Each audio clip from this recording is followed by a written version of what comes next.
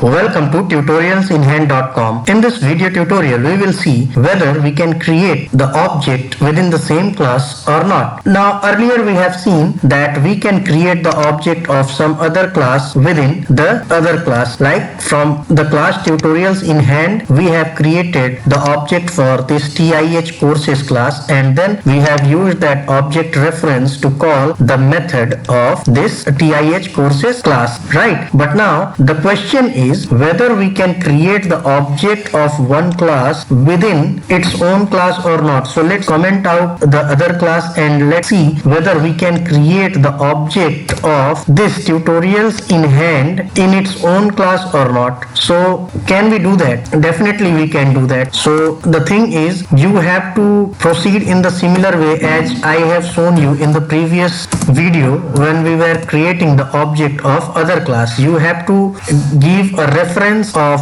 the tutorials in hand, and then you have to use the new keyword to invoke the constructor of this tutorials in hand to create the object. And once you do this, your object is created. So now the object of tutorials in hand class is created, and at the same time you must be aware that you can create any number of object or instances of any class. Like you can just change the name and change the reference name like TIH1, and then you can again use this to invoke the constructor. This is the second object created for the same class. Now you can go on doing this and create any number of object depending on the requirement. If you require n number of objects, you can go on creating n number of objects. Like you can see, we have created here 4 objects, right? Now what is the use of these objects? We can use these objects for different purposes.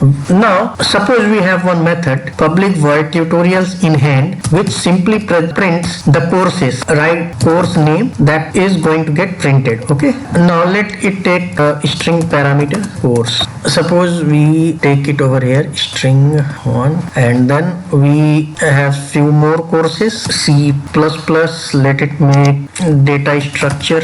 Now change the name so that compilation error disappears, because two variables in the same class cannot have the same name. Now we can use these references to pass different parameters and call this method to print different courses. You can use on this one particular object to invoke or pass any course from within it. But the thing is, if you have different objects, you can use those objects according to the requirement, and that you will come to know when you will be doing the actual coding. So from here I will first pass course, and then this course would get printed, right? I can use this TIH to print any course like course 1, course 2, course 3. I can just give it 4 times and it will print all Java, Python, C++ and data structure. But I am not doing that. I just want to show you that if I create n number of objects, I can use all the objects based on the business logic. Now suppose the business logic requires you to use different objects for different purposes. So you will be using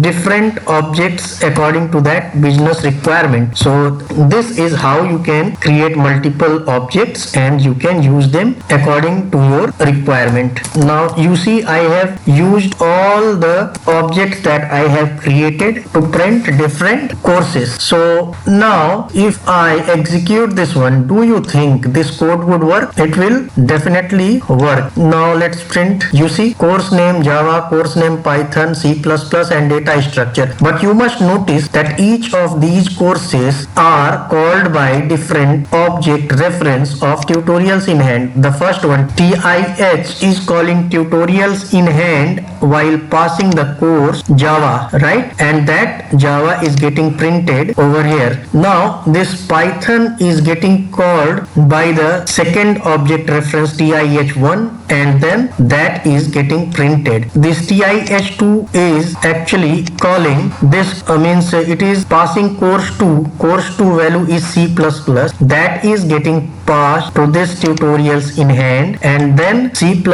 is printed from here, and the fourth one is calling with the parameter data structure, and then when this call is happening, data structure is getting printed over here. So this is how you can create the object of same class within its own class and use to call any method or any instance variable of that particular class. So you have already seen how we can call method of other class, like we have earlier seen how we can call method of TIH courses class from within this tutorials in hand class by creating its object, and now we have seen that how we can create the object of same class within its own class. So hope now you have understood how you can create object of any class along with the reference. So hope you have enjoyed this tutorial. Keep learning, keep enjoying, and if you have any doubt, please write it in the comment section. We will definitely help you.